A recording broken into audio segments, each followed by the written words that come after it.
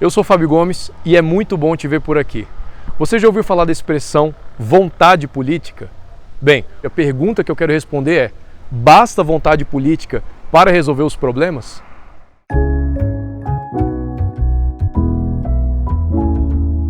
Para ilustrar, eu vou fazer uma comparação a partir de um exemplo real aqui do Distrito Federal. Então eu estou agora no Capão Comprido, que é um dos bairros da região administrativa de São Sebastião. A gente tem uma falta de asfaltamento e de alguns equipamentos públicos nessa rua e em outras ruas também, como vocês podem ver a partir da imagem. Agora eu estou numa outra região administrativa aqui do Distrito Federal, que é a região sudoeste octogonal.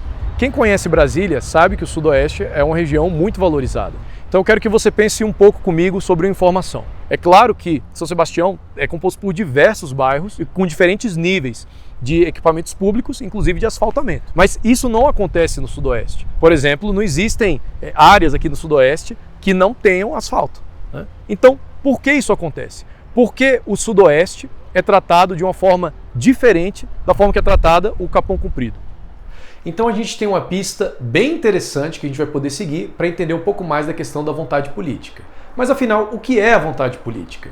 Vontade política é a intenção de agentes públicos com poder para resolver alguma questão na esfera pública. Por exemplo, asfaltar uma via ou, de forma mais geral, regularizar e urbanizar uma área.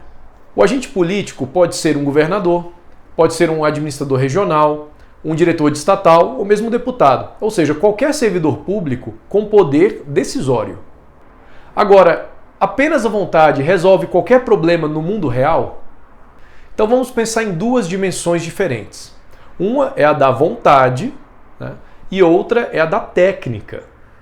E essas dimensões, elas devem andar juntas, de mãos dadas. Olha, saber disso é fundamental para todo mundo, inclusive para você e sua família, para que você possa escolher melhor os seus representantes. Então fica comigo até o fim, que eu vou ensinar um jeito bem legal, passo a passo, para você descobrir se um determinado candidato a presidente, governador, deputado, leva ou não a sério a questão técnica, ok? A técnica é a capacidade de trabalho. Isso envolve lidar com burocracia, com articulação com setores interessados, identificação de problemas a serem solucionados, lidar com processos, organizar a equipe, fazer nota técnica, enfim, muitas outras coisas. Então vamos voltar lá no nosso exemplo e olhar algumas questões de urbanismo que acontecem lá no Capão Comprido e que se repetem em várias áreas do Distrito Federal. Na época da chuva você tem muito problema com lama, então é ônibus atolado, automóvel atolado, né? Na época da seca você tem problema com a poeira. Então você tem idosos, você tem crianças respirando poeira o tempo todo, o que dá problemas respiratórios nas pessoas. O acesso ao local fica comprometido, né, especialmente em relação ao transporte público, a ônibus escolar. Você tem ali as questões burocráticas referentes à regularização de loteamento. As pessoas precisam ter a escritura da casa delas, precisam ter o CEP delas, o endereço mesmo, né, que em muitas situações do DF é um endereço único, um CEP único, né, para todos os moradores de um determinado local. Você tem questões de água, de esgoto, de luz, né, que não são providos de forma regular. Enfim, tudo isso traz insegurança e dificulta o desenvolvimento na região, né? Então acaba não tendo comércio, serviços como poderia ter, e o desenvolvimento acaba se concentrando em outras localidades. Então, um bom gestor ou um bom deputado, né, com uma boa técnica, consegue identificar essas questões e propor soluções.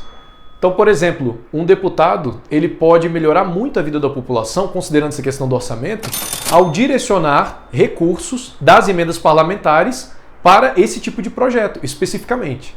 Nesse caso específico do Capão Comprido, falta vontade ou técnica? Na minha opinião, esse é um típico problema de vontade política, até porque várias outras áreas do Distrito Federal, incluindo o Sudoeste, já tiveram seus problemas resolvidos.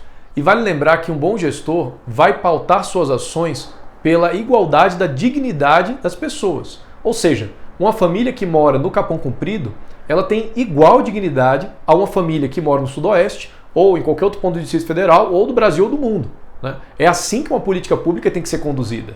Agora, é um fato que o governo há quase 30 anos investiu bastante tempo e bastante dinheiro em resolver as questões do Sudoeste. E isso nunca foi feito, tanto para o Capão Comprido quanto para várias outras áreas do Distrito Federal. Tendo vontade, a técnica entra nesse caso para fazer no menor tempo possível, que muitos desses processos são longos, né? Então se você tiver uma boa técnica, você consegue reduzir o tempo nesses processos, entregar o quanto antes para as famílias, fazer com a maior qualidade possível, né? E utilizando bem o dinheiro público. E a gente tem que pensar que é muito confortável esperar, né, para quem não está lá, mas quem está lá precisa disso para ontem. Então a solução sim, passa pela vontade primeiro, né, e depois ela passa pela técnica, para conseguir ser entregue da melhor forma possível. A vontade política sem técnica muitas vezes se expressa naquele político que se diz contra tudo que está aí, né, e que se diz apoiador ou defensor da saúde e da educação e ponto, e acabou. Esse é o caso de um gestor bem ingênuo, porque não adianta você dizer que é contra o que é ruim, porque isso todo mundo é, né, a princípio, mas tem que dar boas soluções. E essa é a situação clássica do deputado novinho em folha que chega e fica 6 meses patinando só para começar a descobrir como é que funcionam as coisas. E realmente perde muito tempo nisso. Por exemplo, se o deputado não conhece o regimento, que são as regras da casa, ele vai estar na mão de quem conhece. Tudo, por exemplo, numa casa legislativa, sempre acontece de acordo com o regimento. Não tem como fugir disso. E é claro que ninguém nasce sabendo, e é por isso que tem que estudar muito, tem que gostar de estudar. Estudar as leis, estudar exemplos de políticas vencedoras. Por exemplo, como é que resolveram a situação da educação na Coreia? A Coreia do Sul, até um determinado momento, nem país desenvolvido era, né? E aí, como é que eles resolveram? Como é que eles se tornaram um país desenvolvido, né? Se eles podem, a gente pode também. Agora eu quero ir para uma parte bem prática, que são as dicas de como você identificar um bom representante. Então, primeiro, o candidato tem boa vontade? Isso tem a ver com caráter, com honestidade, com querer coisas boas, ou seja, é o fundamento humano do candidato, né? Mas é claro que não pode parar por aí, porque isso é uma obrigação não apenas de candidato, mas de todo mundo, né? De ser honesto e ter caráter. Segundo, o candidato tem boas ideias? A pessoa precisa ter bom senso, entender a realidade, saber identificar problemas e saber priorizar. Às vezes é até gente boa, mas ele não tem soluções boas. E executar com perfeição uma ideia ruim é muito perigoso. Terceiro, o candidato tem profundidade nas propostas? Então aquela coisa de vou lutar por saúde e educação já era, né? Ninguém deveria cair mais numa coisa dessa. Tem que ter propostas detalhadas. Quarto, o candidato sabe como vai fazer? O que é importante, mas o como também é. O candidato ele tem noção de como ele vai transformar aquela ideia em realidade? Quinto, o candidato demonstra estar se preparando? Aqui é questão de estudo, de buscar conhecimento. O candidato conhece a realidade das pessoas a quem ele vai servir? Ele conhece dados, conhece leis? Você pode até me perguntar, poxa Fábio, mas ele não tem assessores para fazer esse trabalho por ele? Ele tem que só posar para foto e acabou, não é isso? Bem, claro que não. Porque para você conseguir liderar, você tem que pelo menos saber fazer, ter uma noção disso, ter os fundamentos das coisas. Caso contrário, e isso, pode anotar, que é a coisa que mais acontece. Ele vai ficar na mão de um assessor que conhece e o assessor efetivamente vai ter o controle sobre o que acontece. E você vê que isso é uma coisa muito injusta, porque você escolheu a pessoa A e é a pessoa B que está efetivamente mandando. Isso não é legal, né? Então, você tem que garantir que ele é uma pessoa que busca se preparar para poder gerir, para poder ter um mandato parlamentar, por exemplo. Sexto, o candidato se cerca de profissionais? Olha, o que eu já vi de assessor amigo do chefe, que não contribuiu para nada praticamente, não está no gibi. Então, essas pessoas que estão em volta do candidato são profissionais, são respeitosas, mostram-se preocupadas em resolver as questões mais importantes? Eu gosto de dizer que uma área é o reflexo da alma do chefe. Então, se o chefe é desorganizado, é caótico, então assim também vai ser a área. Se o chefe, no caso o candidato, é bom, ele vai se cercar de bons profissionais, que por sua vez também vão se cercar de bons profissionais. E isso vai contagiar toda aquela estrutura.